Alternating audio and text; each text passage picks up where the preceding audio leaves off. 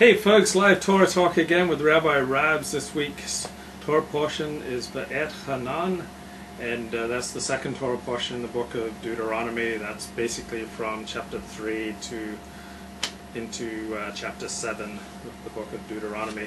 So we've been doing this every week for about 6 weeks, and I just find myself enjoying it more and more. I mean, I'm enjoying it so much that I'm even copying the rabbi and now wearing my seat out. Like normally I keep them under my shirt because I don't want to offend the goyim too much. I'm afraid of what they might do if they saw me, walking around like this, if they'd launch a pogrom about me. And I was afraid of my ratings, like what would the goyim think if they saw me with my seat out. But I don't care if our ratings take a 50% hit because I'm wearing my seat out today. I am willing to take that risk because it's suffering for Torah. And so if the goyim don't like it, I'm still going to wear my seat out.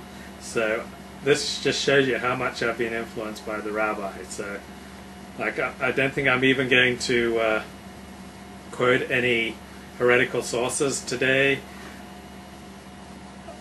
Maybe I'm being rash here. I certainly did make a vow not to do that. But part of the reason I'm not quoting Rabbi Milgram so much anymore is because he did not write a commentary on the book of Devarim. So he wrote a book commentary on the book of Bamidbar for the Jewish Publication Society, and now we're into Devarim, and I basically just have the art scroll here in the hovel, so and the internet. So my sources on the internet, I like the Wikipedia, and I like the Chabad, and I like Aish Torah. You should write for aishatorah.com. Oh, that's a whole story. Wait a minute, you read my book. I was going to say, oh, I wrote a whole thing, and then I realized you read my book, and that's why you're teasing me. They owe me money. How much do they owe you? I don't know, but what kind of person says, okay, work for me, and at the end of the day, they don't pay you for your work. Torah says, right. Yom, that you pay them on that day. Right. I did a lot of work for Aish.com. Yeah. I tried to bring their website up to a higher level of where it is now, and I never got a dime for it, and they never used me. And so that's fine. Actually, now I'm glad in hindsight that they didn't use me. You know why? Right. I don't want to be associated with that website because I see that was 2005. Right. 2006 they started to put they started to pervert Torah on it because they put up this this article that was written by some heretic that said, oh, I can show you how maybe Judaism has room for the idea of a universe more than 6,000 years old.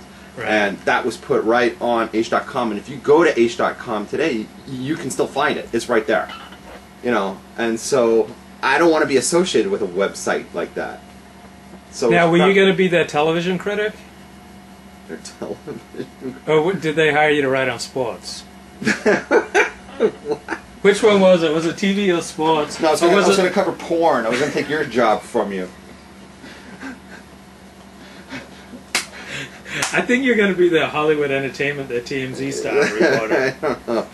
No, I was just had to write some fluffy articles for them, because if you really go through Aish.com and their relationships articles, and we're going to give you some motivation, and we're going to get you all inspired. They're inspirational stories, right? They're all fluffy. Yeah. And they don't have any Torah in them. I mean, there's no direct quotes. There's no.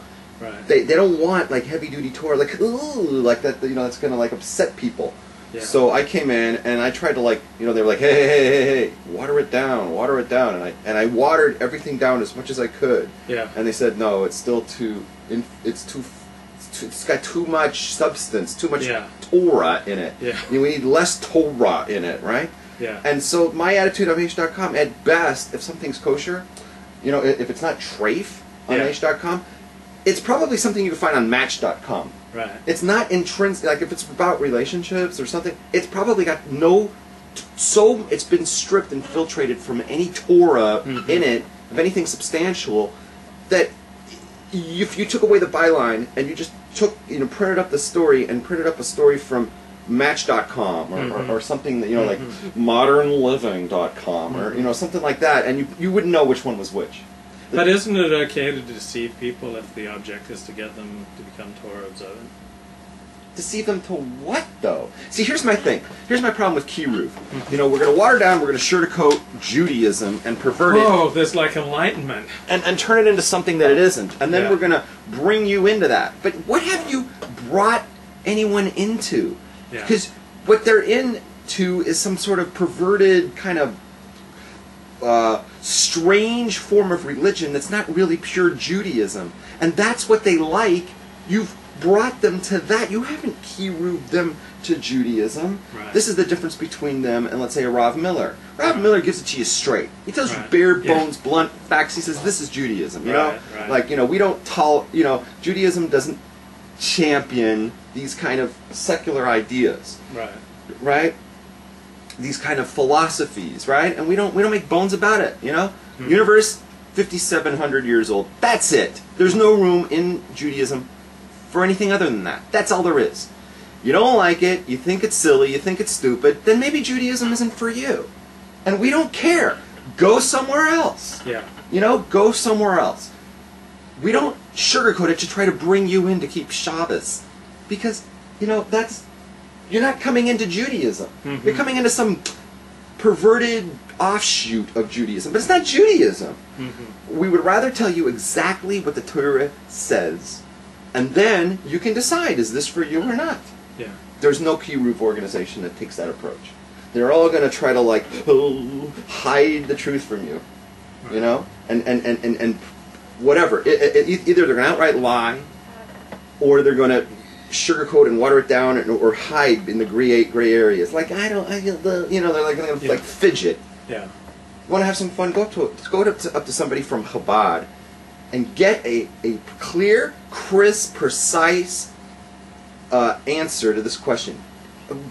Have them tell you what Judaism says about Zionism. You won't get it from a Lubavitcher who's involved in Kiruv. But at least you'll get a lot of love. Oh, they'll love you for about 6 months. But they will not break it down. They were not going to tell you because first of all, most of them don't even know. Most of them don't know because it's not talked about because they don't bring it up. Because Judaism is absolutely it doesn't work with it's diametrically opposed to Zionism, right? But Lubavitch, they don't want people to know that because they want to bring in all the Israelis and all the Zion. They want to bring them in. They don't want to antagonize them. So it's like we don't talk about that. Okay, so maybe you shouldn't write for H.com. No, it's probably not a good match. Probably not a good shit. No, I'm much better writing porn with you. So, did you have any thoughts on last week's discussion? Thanks for asking. For those who watched last week, one of the things we talked about last week at the beginning was we were talking about Tisha B'Av, which is actually kind of timely because that's about to happen. It's actually happening in some places of the world already, to be honest. Isn't it? Yes, in Israel. Right, and probably also like Australia. Yeah. It's probably already there. Which means they can't take a bath today. Yeah, good thing. So much trouble gets started when Australians take baths. Okay, so one of the things we talked about last week was the various terrible things that took place on Tisha B'Av, correct? And one of the terrible things that took place on Tisha B'Av I mentioned was in 2005, which was only 5 years ago, the Israeli government started schlepping Jews from their homes. And we had a whole thing about that. We're not going to rehash that whole thing. So it's 5 years later, and I wanted to mention that there's another thing going down in the state of Israel right now. I don't know if you're aware of it. Can I talk about it? Yeah, please. Here's another one. It's insane what goes on over there. The latest news out of the Holy Land, and is that the Knesset, the government in Israel, the state of Israel, wants to pass a law banning fur products in the state of Israel. That would mean no more importing fur, no more selling fur. It would all be banned. Okay? It's just to get at the Hareda. Well, let's talk about this for a second. Let me get the facts part out.